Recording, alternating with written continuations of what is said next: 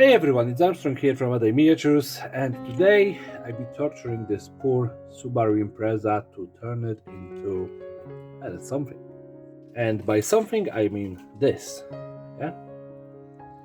A little bit of Back to the Future vibe on this one, so if you like to see how I did it, let's just get on the table and get on it. Now that we are on the table, let's think about the action plan for this car. So I do actually like the paint job, so it's nice and dark, I don't have anything in this kind of very deep blue color.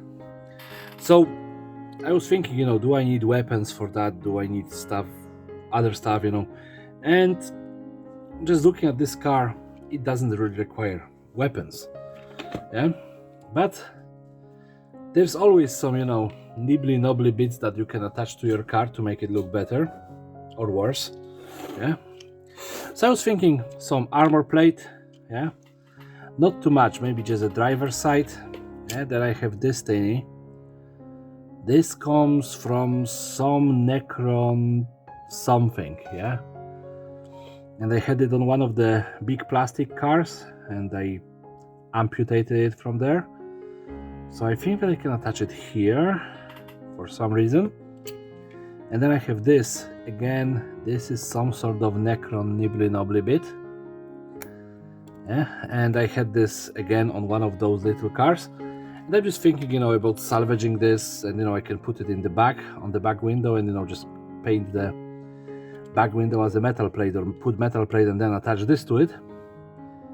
Just to, because this reminds me, when it's attached to the car, it reminds me of the Back to the Future, when they attach this kind of food processor or whatever it was as a uranium battery for it, yeah.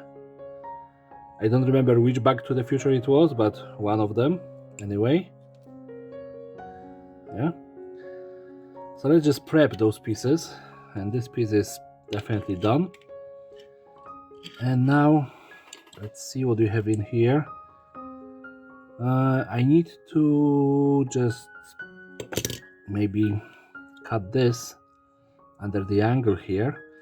And again, when you cut towards yourself, I'm gonna always say that, be careful, don't do that. Would be better advice, yeah. But we all know when it is more convenient for us, we do cut towards ourselves. So let's stop lying to ourselves and just, be careful when we are doing that. So what I want to do is scuff the paint job a little bit. Not too much, yeah. I don't want the paint job to look junky, yeah. I think that just scuffing it a little bit gonna help with a super glue. So with adhesion of everything that I plan to add to it. But I would like to keep it in place. And even if I'm gonna go with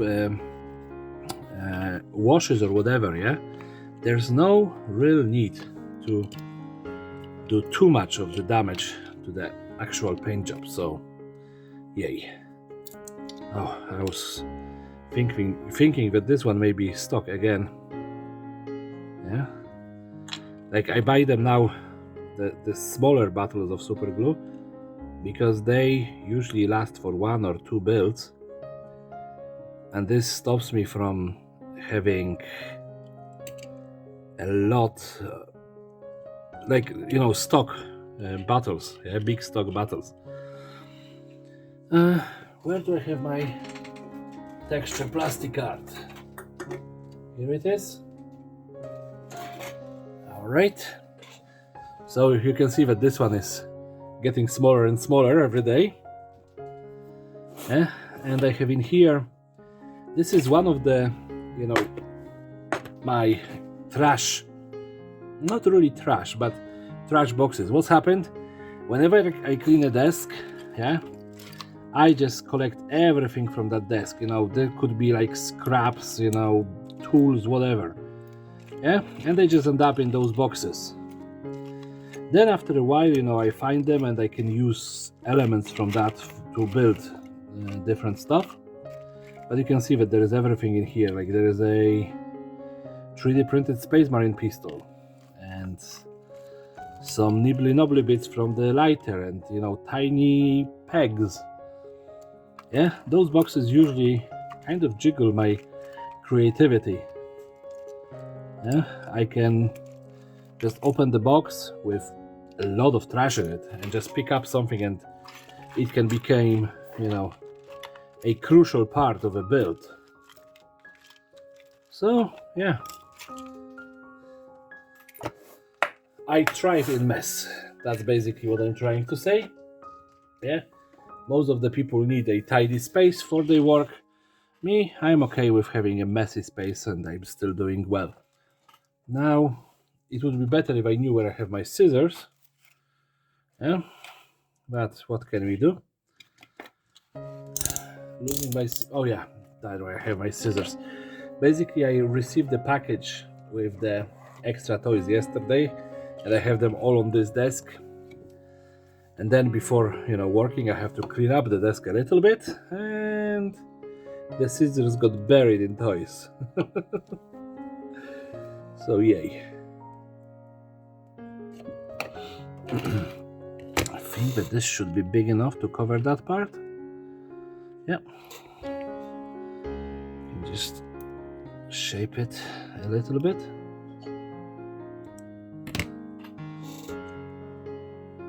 And yeah, this should be fine.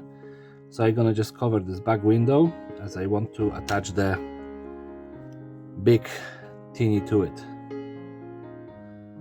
Yeah, and like I said, today I want to build a car because I built like 2 pieces of terrain, and I feel like getting a nice car, but is a good choice for today. But the thing is, I don't want to attach any weapons to it.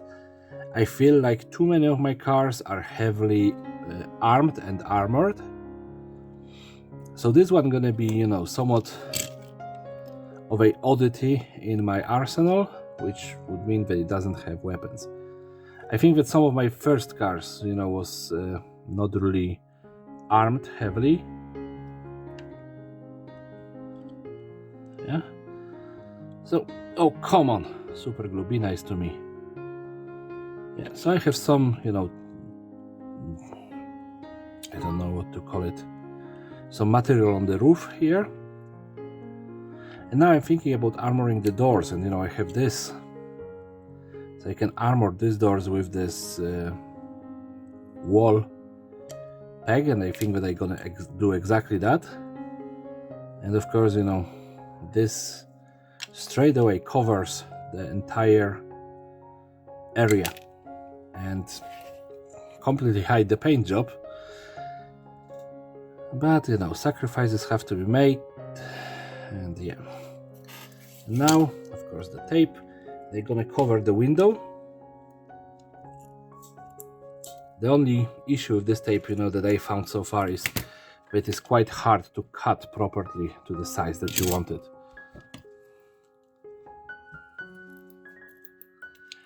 And of course, it have issues sometimes gluing to the part as well. But it's a very nice and versatile material, that you can use for everything. And first of all, the most important part about this material, it's completely free to everyone who receives packages once in a while. Yeah. So there we have it. Yeah. This side got armored a little bit, and I think about, just putting a huge armor plate on this side, made out of this, because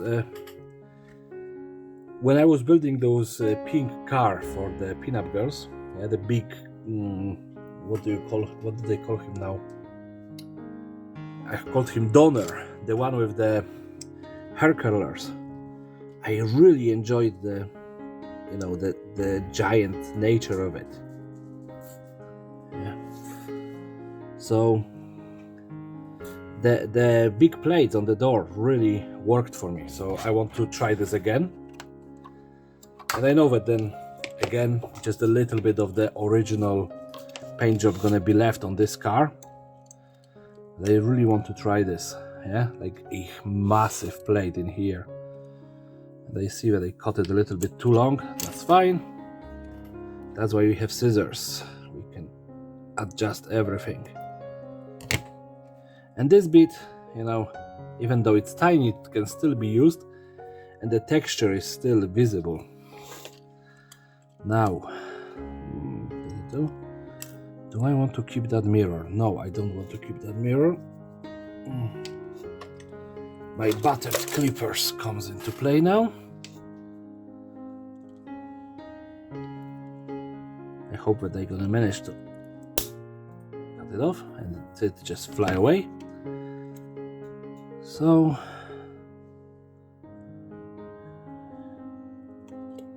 let's bend it. It's just something that I rarely do, you know, putting this big plate on the car or anything really. And you know, sometimes you just need to get into different head zone with those builds, and this is one of those.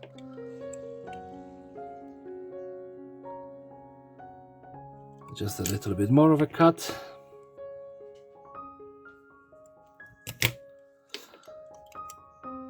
Yeah, and now the back.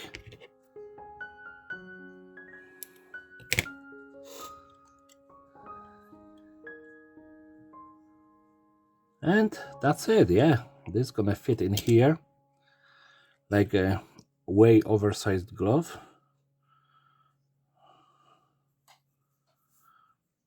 So just add this.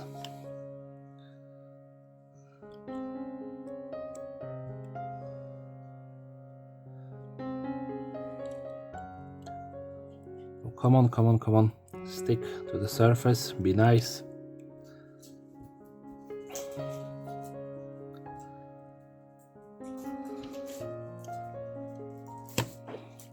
I think that all the compound shapes inside of the car, you know, just are fighting with what I'm doing here. You can see how in here it's still bouncing off. So let's just put some more and hope for the best.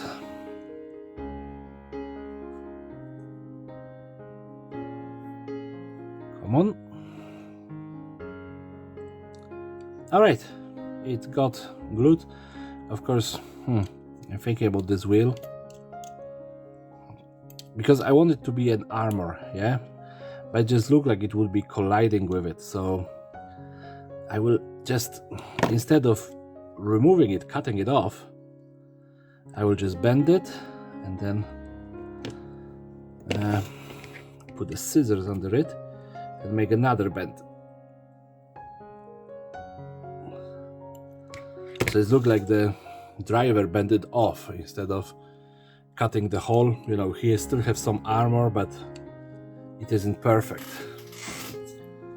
Yeah, and I could probably do more stuff like spikes on the wheels, but I want this to be, you know, fairly simple, you know, supercharged car without massive conversions to it.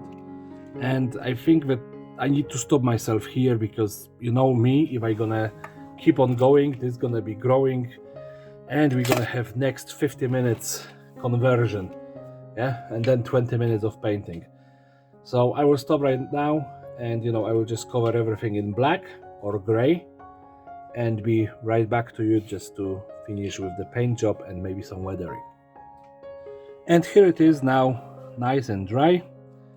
So this is probably gonna be one of the simplest paint jobs ever because I don't really see much more than, you know, just a little bit of dry brushing in here with the metallic paint. Yeah, of course there is a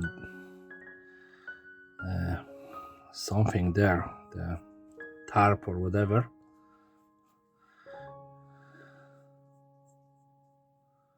Yeah, but it's very simplistic, especially, you know, like all of these mechanical pieces can be just metallic. You don't really have to go into details and paint them, you know, blue, red, orange, or whatever, and it still works.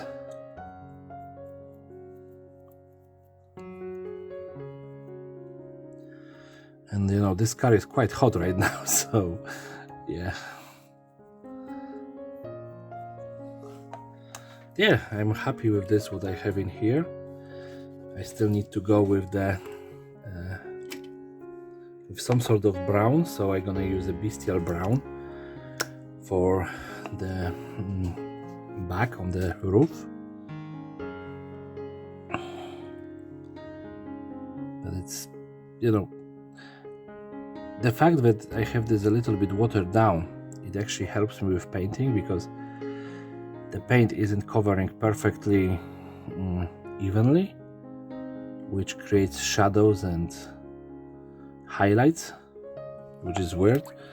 I always was struggling with paint not covering equally. And now where do I have my reds and oranges? I see my orange in here. Is the red in there as well? Nope. I have vermilion brown. I know that I have red in here. Yes, there is my dark flesh, but that's not this shade that I want. Oh, you can imagine that I have quite a mess on my desk right now. Yeah, but I'm only showing you the relevantly clean area. Yeah, but yeah, I found the paint. I found what I needed. So I want to add a little bit of rust, and where I want to add rust is, you know, on this plate, yeah, just in the corners, some around this plate, maybe in here, yeah, but that's still a maybe. So yeah, so let's just put some in here, and then grab, of course, my perfect thick rust technique, which means baking soda, and just start placing it on the car. And I want to be more specific than I usually am, because you know that usually I just slap everything on and don't think about consequences, but this is supposed to be somewhat more pristine car, yeah.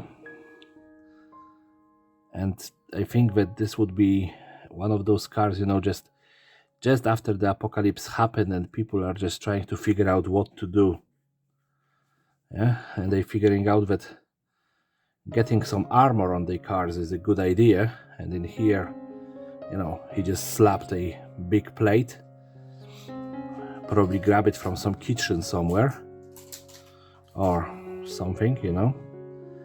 I don't think that the diamond plate would be found in the kitchen, but still. I was maybe thinking more about the rust resistant. Yeah. And yeah. I really hope that this camera is focusing properly today for me.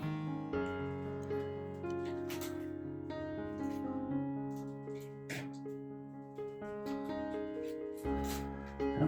So just, you know, again, I don't want to overdo it, so even though I'm using extremely big brush, I'm trying to do smaller areas. And I'm keeping the brown out because I'm probably going to be using this for weathering in a few seconds. But I want to do the orange again. And I'm just thinking about maybe smaller brush for this. Again, you know, kind of ragged brush, but smaller one. Because I know that I can overdo everything. It's just in my nature. I'm trying to be subtle and I'm overdoing stuff.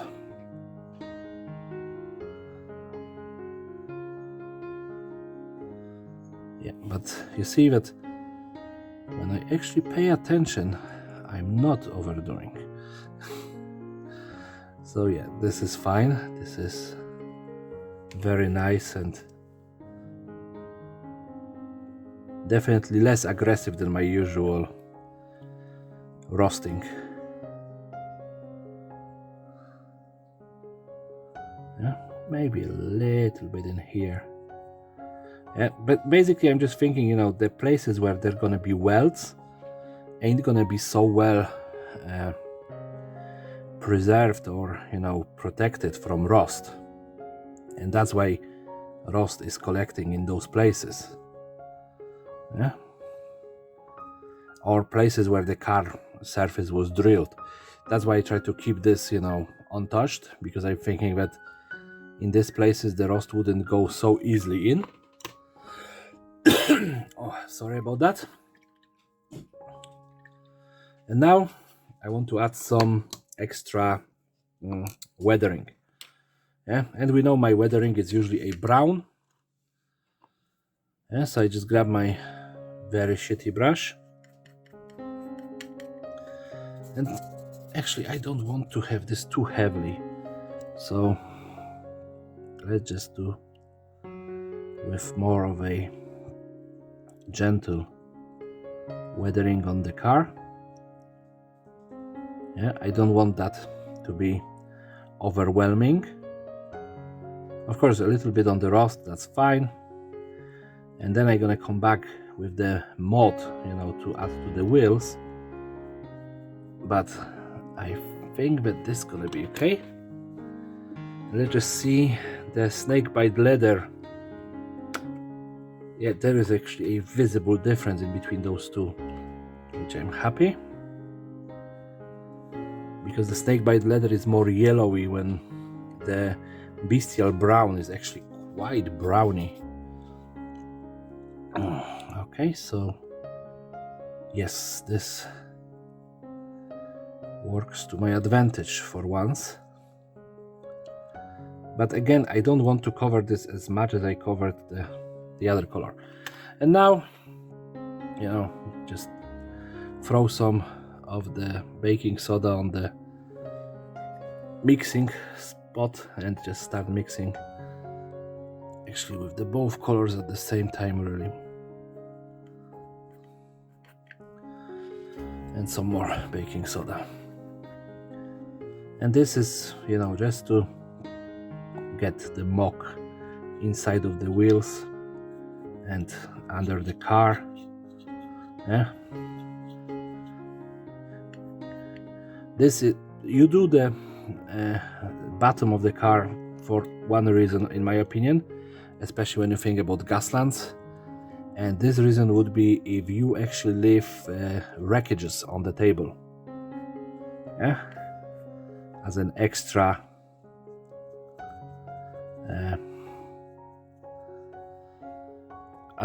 barrier or extra, you know, hazard spot. Yeah, I think that then wreckage is really, really useful.